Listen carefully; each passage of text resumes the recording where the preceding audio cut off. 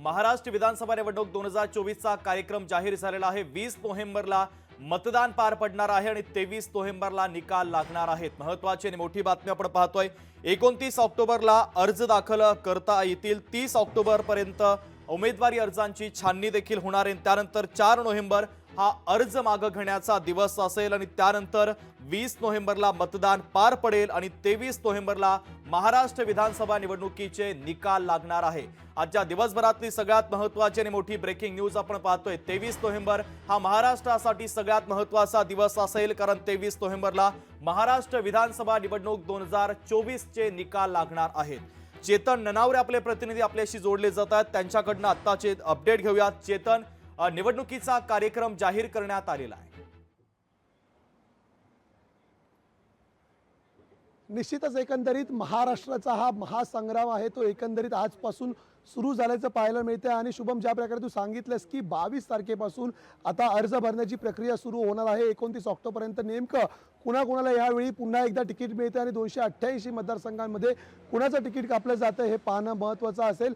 विशेष म्हणजे निवडणूक आयोगाने ज्या प्रकारे दोन गोष्टी नमूद केलेल्या आहेत, म्हणजे एकंदरीत 9,63,00,000 मतदार यावेळी मतदाराचा हक्क बजावू शकतात आणि यामध्ये जवळपास 20 लाखाहून अधिक मतदार आहेत ज्यांचं वय फक्त 18 ते 19 असं तरुण मतदार आहेत आणि हे प्रथमच मतदान करणार आहेत। त्यामुळे मोठ्या प्रमाणामध्ये जर पाहिलं तर तरुण मतदारांचा जो पगडा आहे तो या निवडणुकीमध्ये पाहायला मिळेल। दुसरी एक महत्त्वाची गोष्ट, लोकसभा निवडणुकीमध्ये लोकशाहीच्या माध्यमातून आपण मतदारांना झालेला त्रास असेल, त्यांच्या ज्या व्यथा होत्या त्या मांडलेल्या होत्या आणि त्याची गंभीर दखल आता निवडणूक आयोगाने घेतलेली आहे। आणि लोकशाहीच्या या बातमीनंतर जी राज्यामध्ये सुद्धा बैठक घेतलेली होती, या बैठकीमध्ये चर्चा झाली होती आणि आता ज्या मोठमोठ्या रांगा लागतात, लांबच लांब रांगा लागतात मतदानाच्या वेळी, त्या ठिकाणी आसन व्यवस्था करता येईल का, खुर्ची किंवा टेबल बसण्यासाठी पुरवले जातील का, असेही आदेश निवडणूक आयोगाने दिलेले आहेत। इतकंच नाही तर ज्या ज्या ठिकाणी गरमीमुळे कुठे त्रास होऊ शकतो, कारण ऑक्टोबर हीटचा महिना आहे, नोव्हेंबरमध्ये निवडणुका आहेत, साधारणतः गरमीचा तडाखा असतो, अशा वेळी पिण्याच्या पाण्याची व्यवस्था असेल, पंख्यांची व्यवस्था असेल।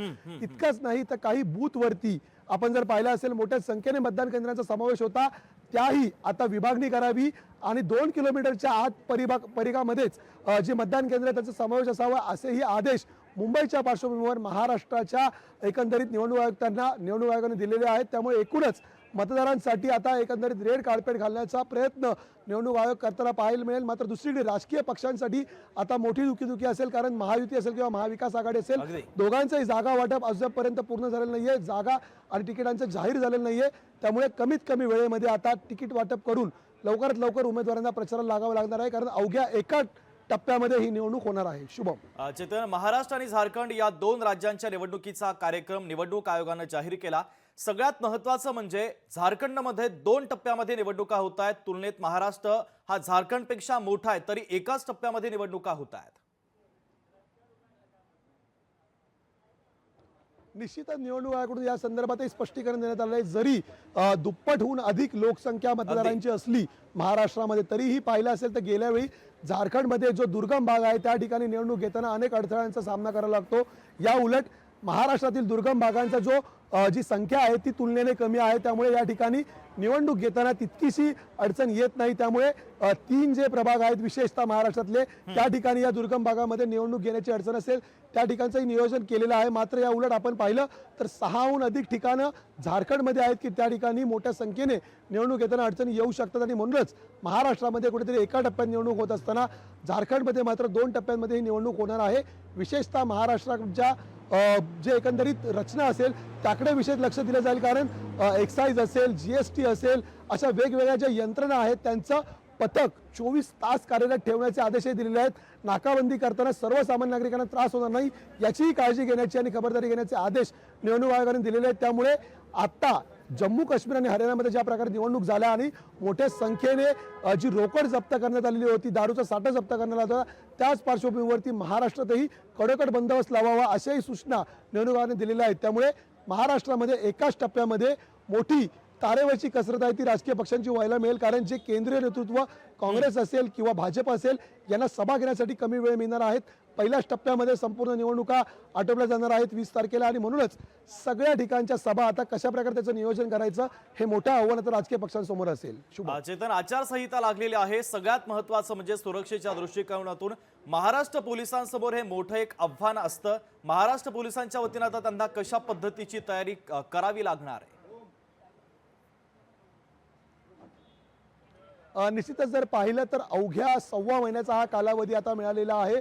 त्यामुळे निवडणूक आयोगालाही कुठेतरी झपाट्याने या संदर्भातील कार्यवाही करावी लागेल. चेतन, अगदी मोठ्या तुमच्याकडे पुन्हा ठिकठिकाणी येतोच. सभा आणि ज्येष्ठ आता- पत्रकार संजय आवटे आपल्याशी जोडले जात आहेत. संजयजी, 20 नोव्हेंबर मतदानाची तारीख आणि निकाल 23 नोव्हेंबरला लागतोय. महाराष्ट्र विधानसभा निवडणुकीचा हा कार्यक्रम आता जाहीर करण्यात आलेला आहे.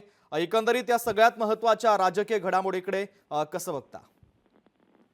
साधारणपणे आचारसंहिता आता या आठवड्यामध्ये लागू होईल अशी अपेक्षा होती आणि त्याप्रमाणे आजपासून आचारसंहिता लागू झालेली आहे. आता मतदान 20 नोव्हेंबरला आहे आणि एकाच टप्प्यात आहे. मी मागे असं म्हटलं होतं की लोकसभेला जे 5 टप्पे केले ते 5 टप्पे भाजपच्या विरोधामध्ये गेले. त्यामुळे आता ही निवडणूक एकाच टप्प्यात होणार हे स्पष्ट झालेलं आहे. ही निवडणूक अनेक अर्थांनी ऐतिहासिक आहे, अभूतपूर्व आहे, महत्वाची आहे. त्याचं कारण असं आहे की महाराष्ट्राच्या इतिहासामध्ये कुठल्याही निवडणुकीमध्ये 6 प्रमुख पक्ष कधीच नव्हते. त्यामुळे 6 प्रमुख पक्ष आणि त्याशिवाय बाकीचे असणारे पक्ष, त्यामुळे ही निवडणूक फार रंगतदार होईल याच्यामध्ये काही शंका नाहीये. मला असं वाटतं की मुळामध्ये लोकसभा निवडणुकीमध्ये जे चित्र होतं, लोकसभा निवडणुकीमध्ये महायुतीला फार मोठ्या अपयशाला तोंड द्यावं लागलं. त्याचप्रमाणे केंद्रात सुद्धा मोदी सरकारच्या ऐवजी एनडीए सरकार आलं. या सगळ्या ज्या गोष्टी आहेत ह्या सगळ्या विचार केला तर थोडीशी महायुतीला आता बरीच धाकधूक आहे खरं म्हणजे. पण शेवटी लोकसभेची निवडणूक वेगळी असते, विधानसभेची निवडणूक वेगळी असते. लोकसभा निवडणुकीच्या निमित्तानं लोक जो विचार करतात तो वेगळा असतो आणि विधानसभेच्या निमित्तानं प्रामुख्याने राज्यातले मुद्दे हे पृष्ठभागावर येतात. त्यामुळे आता ही निवडणूक फारच महत्वाची, अटीतटीची आहे. त्याचप्रमाणे आपल्याला हे माहिती आहे की लाडकी बहीण योजनेचा किती फायदा नक्की झाला याच्याबद्दल अंदाज येत नाहीये. जी सर्वेक्षणं झाली ती सगळी सर्वेक्षणं ही लाडकी बहीणचे पैसे अकाउंटला जमा होण्यापूर्वीची आहेत. त्यामुळे नंतर काय होणार आहे हेही समजत नाहीये. पण मला असं वाटतं एकूणच ही निवडणूक फार निर्णायक असणार आहे, अटीतटीची असणार आहे. आणि संजय सर, मी तुम्हाला काही वेळासाठी थांबवतो आहे. भारतीय जनता पक्षाचे नेते अशोक चव्हाण आपल्याशी जोडले जात आहेत. महाराष्ट्राचे माजी मुख्यमंत्री आहेत. अशोकजी, स्वागत आहे तुमचं. 20 नोव्हेंबरला मतदान महाराष्ट्रामध्ये होतंय आणि 23 नोव्हेंबरला महाराष्ट्र विधानसभेचे निकाल हाती येतात. कसं बघता? एकंदरीत निवडणुकीचा कार्यक्रम जाहीर झालेला आहे. नाही, योग्यच आहे. मी पाहत होतो आज जे निवडणूक आयोगाने तारखा ज्या घोषित केलेल्या आहेत त्या व्यवस्थित आहेत. त्याप्रमाणे प्रचारालाही भरपूर संधी आहे. विरोधकांना, सत्ताधाऱ्यांना दोघांनाही हे कन्व्हिनियंट अशा प्रकारचं असं माझं मत आहे.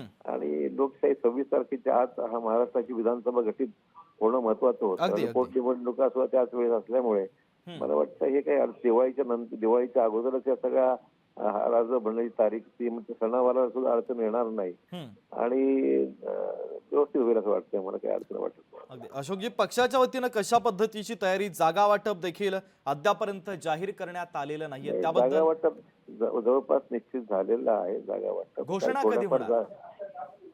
मला वाटतं 1-2 दिवसात व्हायला हरकत नाही, कारण की प्रक्रिया जवळपास कालच मीटिंग झालेली आहे दिल्लीमध्ये. आता केंद्रीय जी आमचं पार्लमेंटचं बोर्ड आहे त्याची मीटिंग 1-2 दिवसात अपेक्षित आहे. त्यामध्ये अंतिम शिक्कामोर्तब केलं जाईल. पण बहुतांश जागेवर एकमत झाल्याचा विषय आहे. काही थोड्याफार जागेमध्ये अडचणीचे विषय नाहीत, पण चर्चेमधून तोही मार्ग काढला जाईल. अगदी पुढचा महत्वाचा मुद्दा, नांदेडची पोटनिवडणूक देखील जाहीर झालेली आहे. नांदेड मध्ये कशा पद्धतीची तयारी आता तुम्ही करणार आहात? नाही, तर 6 विधानसभेत ज्या अर्थी उमेदवार राहणार आहेत महायुतीचे, त्याच्याबरोबरची निवडणूक असल्यामुळे उलट सोयीचं झालेलं आहे. बरं, दोन्हीकडे तयारी, विधानसभेची आणि लोकसभेची दोन्ही एकदमच तयारी होईल. त्यासाठी काही वेगळा प्रयत्न करायची गरज पडणार. एकाच वेळेस निवडणूक असल्यामुळे मतदारांना सोयीचं आहे आणि पक्षांनाही सोयीचं आहे. अगदी अशोकजी, धन्यवाद. तुम्ही लोकशाही मराठी सोबत संवाद साधला. तुमची अत्यंत महत्वाची प्रतिक्रिया देखील पोहोचलेली आहे. लोकशाही मराठी ऐका, पहा, जागरूक रहा.